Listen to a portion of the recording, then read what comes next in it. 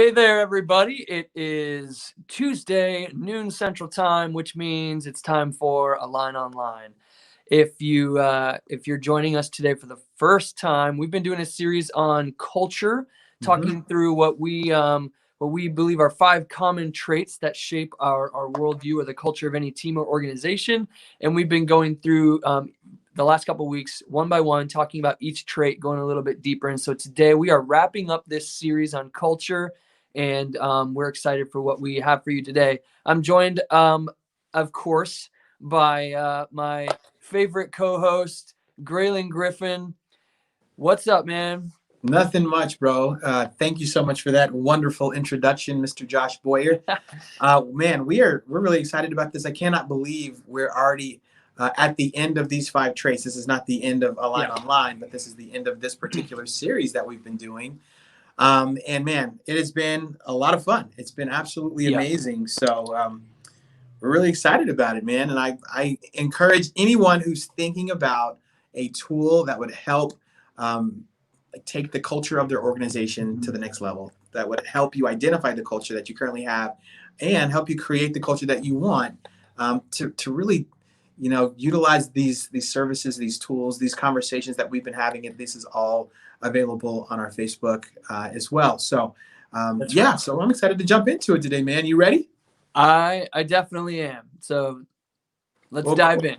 Yeah. So we're going to be talking about beliefs today. And we were joking around this morning, like, man, what would be a good, almost controversial thing to talk about when it comes to belief, just to open up the day. And I thought, something I got into a very passionate debate about this weekend was when to start listening to Christmas music.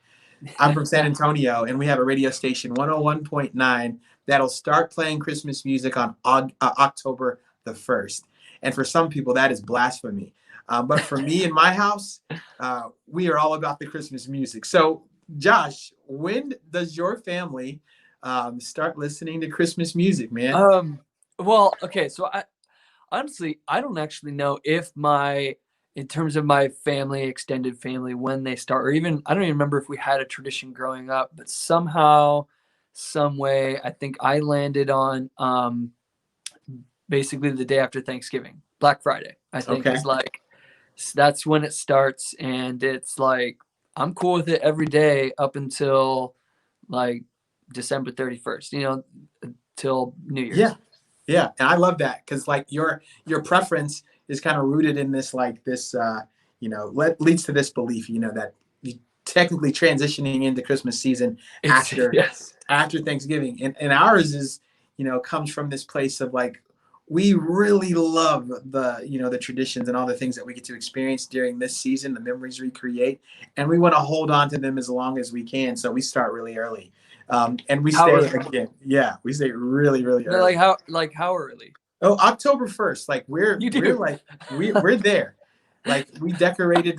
I think it got like to 60 something degrees in San Antonio, and like the house is now decorated in fall. Like we just love this season. Wow. Yeah. Okay. Yeah, we love it, man. Well, okay. Just despite the fact that we have extremely opposing world views at this point, obviously, we can still be friends. I agree. I think we can. And you know what? I love your rationale. And so now I'm gonna take that and potentially create some discussion with my family about it. I don't know. It's like hearing about the family you kind of come from. I don't know if it'd be safe to go back there and say, guys, should we maybe consider holding off? It is October. I don't know if that would go over well. Yeah, be cautious. You're right. Okay, so we're talking about beliefs today, and we're talking about what they are and how they shape culture. So we want to talk a little bit about what they are. I think some beliefs is probably something that is probably maybe more like easily recognizable or definable. I think most of us are probably familiar with stand up for what you believe in. These kind of phrases that we're familiar with. But really, when we talk about it in a work setting, let's talk a little bit about what they are. So from as we explore how this particular element shapes culture. We look at how beliefs are really the most important things to you, the most important things that you believe are most important and most true. Right. So what do you think is most important and most true about this life? So of course beliefs can refer to religious or philosophical or political beliefs. Of course, everyone holds those kinds of things. And in some ways, of course, those kinds of things do influence the workplace.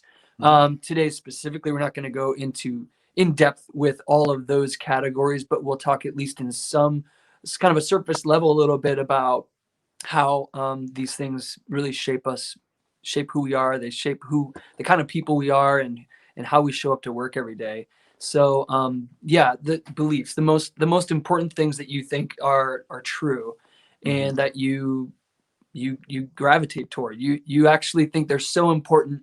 You'd be willing to fight for them in the sense of standing up for them or speaking out for them, defending them, or talking about them. So Right. Right.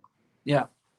But Yeah, and I love the just the reality that beliefs oftentimes begin as a preference, as a hope, as a tradition that takes yeah. root, and so from there it becomes something that you're committed to. You are now you're passionate about, but like you're willing to kind of allow your life to be shaped by this particular belief that has come from these things that may have started Mhm. out as something different. So, yeah, this is such Yeah, a yeah, that's right. That's a good point. I think they can start as like something maybe simple. Like we the last couple of weeks we've talked about traditions, preferences, hopes.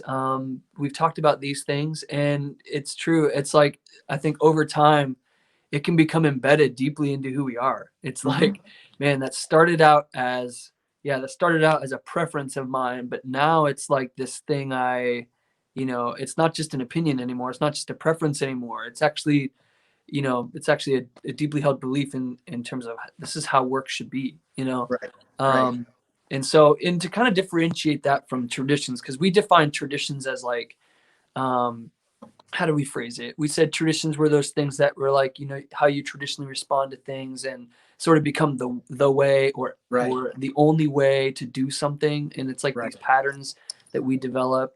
So I would say beliefs are like the things that like probably even after you become aware of that pattern or that thing that you hold so true, so important that you're like, I'm not really willing to compromise this. I'm not, yeah, this isn't something I'm really willing to bend on. This is something I really stand firm on. I think right. that's how I would kind of differentiate from a belief from like an opinion or a tradition or a preference or a Yeah, hope.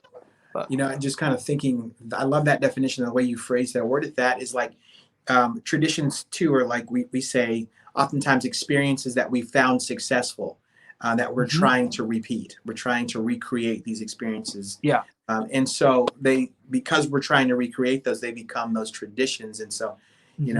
like we're talking about the Christmas music, like we experienced something as a family that we really loved. And so every year we're trying to recreate that same experience. So it's become this tradition. But like what's underneath that is that we value family, and we Hmm. value spending time together. So Yeah. that tradition is now turned into something that we're Hmm. really unwilling to waver on. Yeah. So yeah, I love that. That kind of helped me make a connection just based on our little Yeah.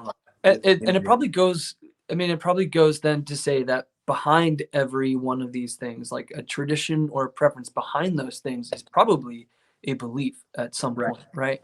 right. Particularly, I'd say like those traditions, even, hopes too, that, behind that, there's a belief kind of informing that. hmm So it's kind of leads to the point that beliefs really guide a lot of our day-to-day behaviors even without knowing it. A lot For of sure.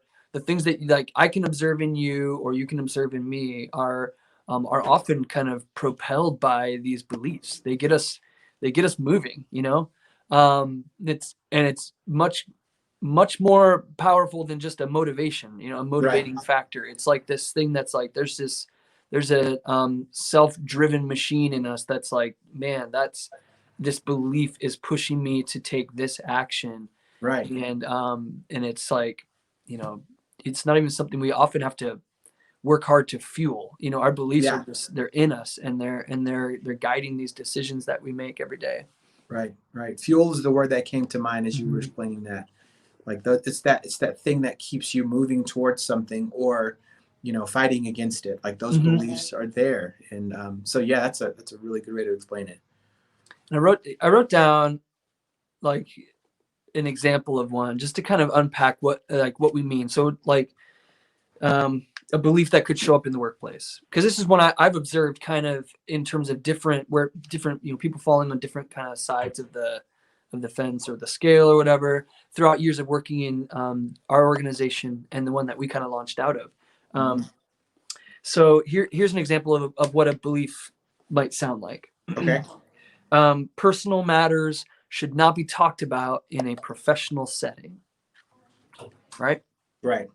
Some people believe that. Some people believe like, no, I just want to come to work, and I do my job, I do my duties, and I'll connect with people. I'm not going to be I'm not a jerk. I'm not rude. I'm open to like friendships and stuff, but I don't think, truly deeply personal things should be talked about in a professional setting. Let's keep it separate, right? Some Right. people, right, or it's not right or wrong. It's just a belief. Right. On the other side of that, some people might hold the belief that actually, talking about personal things in the professional setting is a key part to my personal development, to my career development, Hmm. or to team formation, Right. or to the success of the team. So there's a quick example that you can notice, like two different beliefs about what the work environment should be like, that is going to um, it has completely different results when you Right. think about team culture.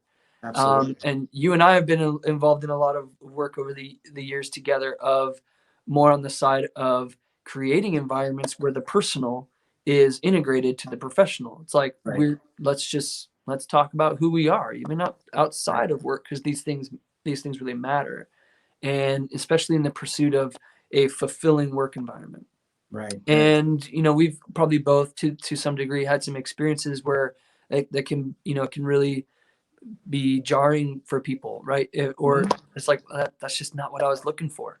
So not what I was looking for in a work setting, right? Right. Right. So that's an example, I guess, of a belief that shows up in the workplace that can totally shape the culture.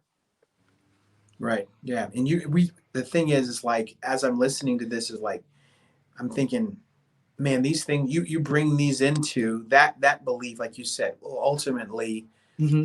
impact the culture, the team culture, and even your experience, like your experience in an environment. If you come in with either side of the spectrum, not one's wrong or the other one's right, but it's just those little things that, or at least can seem like little things, have so much power to them. So that's again why this is such an Hmm. important, you know, worldview or trait of the within the worldview, the common traits that we're discussing, to be aware of and to create space to have dialogue about. So I love that, man. Yeah, Um, it can. I think it's true. It can be this, the I guess this sometimes the most simple or subtle of beliefs that can result in pretty big differences in the way that we show up, right? right, Um, and I think the key, like you said, is creating a space where we actually learn these things about each other. We actually talk about these things. We talk about who we are, you know, and apart from just our roles and responsibilities, apart from our list of things to do, we talk about the deeper parts of who we are. It's a key part, I think, to right, trust, to success, to fulfillment, all these things. I wanted to share a couple other examples too, so that 'cause I think the key is understanding not just these traits and all these different ways we can all be really diverse and really unique, but it's really key to understand how it actually shapes the environment, that shapes the culture of a team, absolutely, right? yeah, So that's what we're talking about. It's culture, and why does this even matter? right, right, Um, Here's another example. Um, work A belief about work. Work is something that my employer provides me, hmm, or work is something that I provide my employer. hmm, And maybe people might be, really a sharp dichotomy, one side versus the other. Some people might be kind of a blend of both. There's probably pros and cons to either way you view work. and there's neither one is 100% right or 100% wrong. But the point is, here's two different kind of, beliefs about the workplace that are going to completely change the way someone shows up to work. Yeah. So Yeah. They create separate, different expectations yes.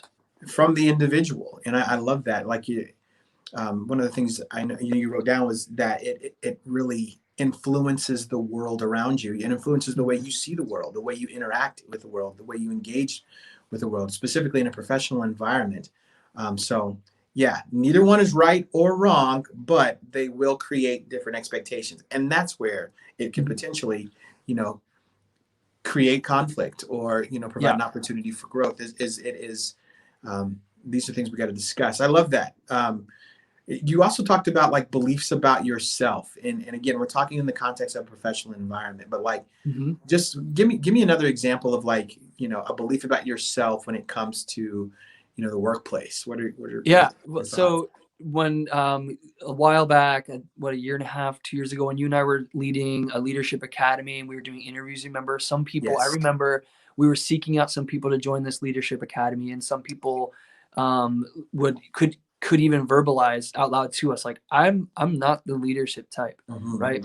And we're kind of trying to recruit them because we see something in them, this potential, and we're like, we think you would really benefit from this kind of intentional, personal professional development. You've Yeah. got potential to influence, and we're trying to cast that vision that leadership's not, it's not a title or position. It's really more about the way you see the world and how you influence people. We want to expand your influence. We think Right. you're incredible. And some Right. people will be like, I really don't see myself as a leader, right? So Right. there's a belief statement there.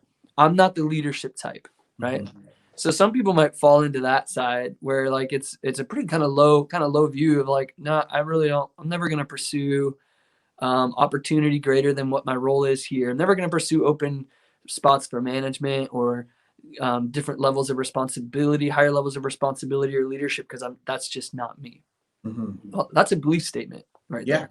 And on the other side, I guess you could Right. have people who you could have the other side, which would be like, no matter who's in the room, I should be in charge, right? Right. Right. or, Right. or I'm the most talented person on this team. So I mean, you can have that other side, which Yeah. is Both. equally as I guess something that needs to be talked about, dealt with. Yes.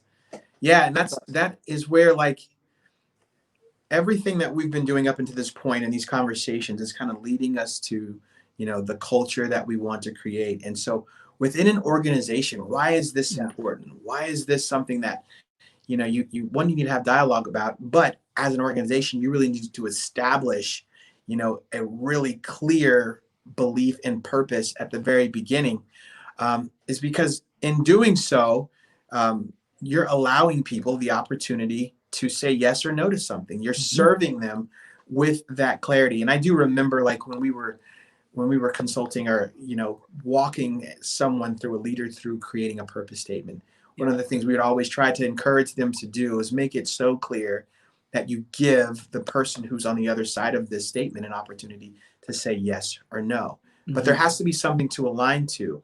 And so that is where, now that we're here, now that we have like kind of unpacked the necessity of these things, now we're getting ready to transition into, how does this play out in the organization and the creation of the culture that you want. So Yes. yeah. So as we continue to move through this, Josh, like what are your thoughts on just purpose in general, in beliefs, and how we start, where we start with an organization? Well, I think this is where I think even those two words creates the opportunity where beliefs is actually a really relevant topic in the workplace. So an organization, like you said, sets a purpose. Like this is why we exist. This is our destination. This is what we pursue day in and day out. All the work we do is supposed to lead to this result, right? Yeah. And that's like, and like you said, I love that imagery of it's a line in the sand. It's okay for organizations to say, this is who we are. We're not that company, that company, that company. This is us. This is who we are. This is why we exist. And then you give your employees the opportunity to say, hey, it doesn't matter what your beliefs are. Um, Again, like could be the big things like religion, philosophy, politics, whatever.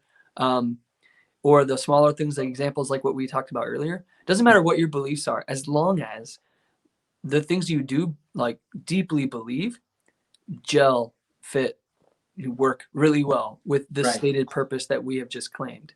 Right. And so I think that actually really does serve people really well, because you're actually saying, hey, diversity is incredible. It makes us stronger. It makes us better. You don't have to leave that worldview at the door. You just have to let us know that what you do believe aligns with this purpose. Because if so, let's go. Like let's run full steam ahead, and that's going to make a team stronger and more productive, more efficient Yeah. in the end when you have those diverse worldviews. Yeah. Yeah. You made a statement recently, and I love it. I'm just going to read it verbatim, but you said we want unity, Yeah. not uniformity. Mm-hmm. We want unity, not uniformity. And man, when you can align to a specific, very clear purpose, belief, that's where you can find the fulfillment. That's where, Yeah. it transitions from just being a job or a place that you work, to a place where you can actually do worthwhile work. You can That's right. connect to purpose, something bigger than yourselves, and you have something to say yes to. So I love that statement, man. And that's really Mm-hmm. what takes us to, what we want for every leader, every organization. And we want to unite. We want to unite. That's right. Because we believe that's where people find fulfillment, in that alignment. So Yeah, that's awesome, man. So absolutely. so So where do we critical. I go think from that's what here? we're all looking for, is Yeah. that fulfillment. So to where we're going from here, we're wrapping this up, and these conversations have been, haven't been too long. We're just scratching the surface. There's so much more to explore with each of these topics. But we do want to, if you're watching these and you've enjoyed these, we want to leave you with a takeaway. And Right. so in the comments section, you'll find us posting kind of a summary, our action points from all the previous conversations about each of the 5 traits.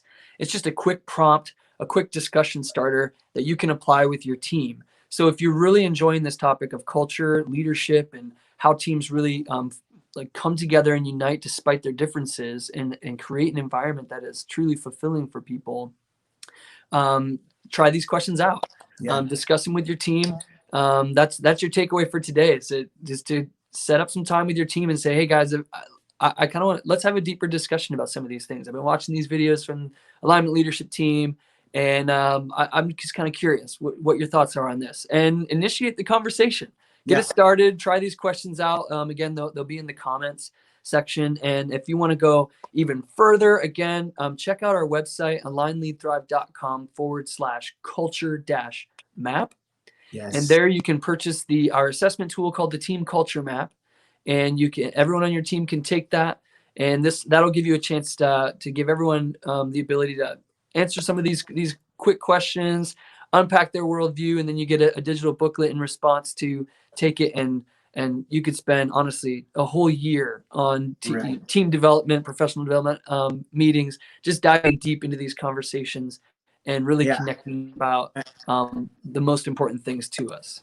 And I'll say this: I had the opportunity to beta test this with a team outside of our organization recently, and we just scratched the surface on these 5 traits, but we created space for those team members to interact, to have dialogue, to communicate, and really understand the importance of this. And so I encourage you, wherever you are in your leadership journey, if you're looking for a tool or resource that helps you, not just taking time out to talk to people, but really provides you with a specific intentional resource to get to know those 5 traits about your company, your people. This is a great tool, and it is so worth it. We'd love to help you along that journey. So let us know. But we thank you again for all of the time you shared with us over the last few weeks. We are excited about this resource in this series. So stick with us. We got more things to come in the future. And man, with that, man, we thank you guys again. Y'all have a fantastic day. Absolutely. All right. Bye, Bye, everyone. guys.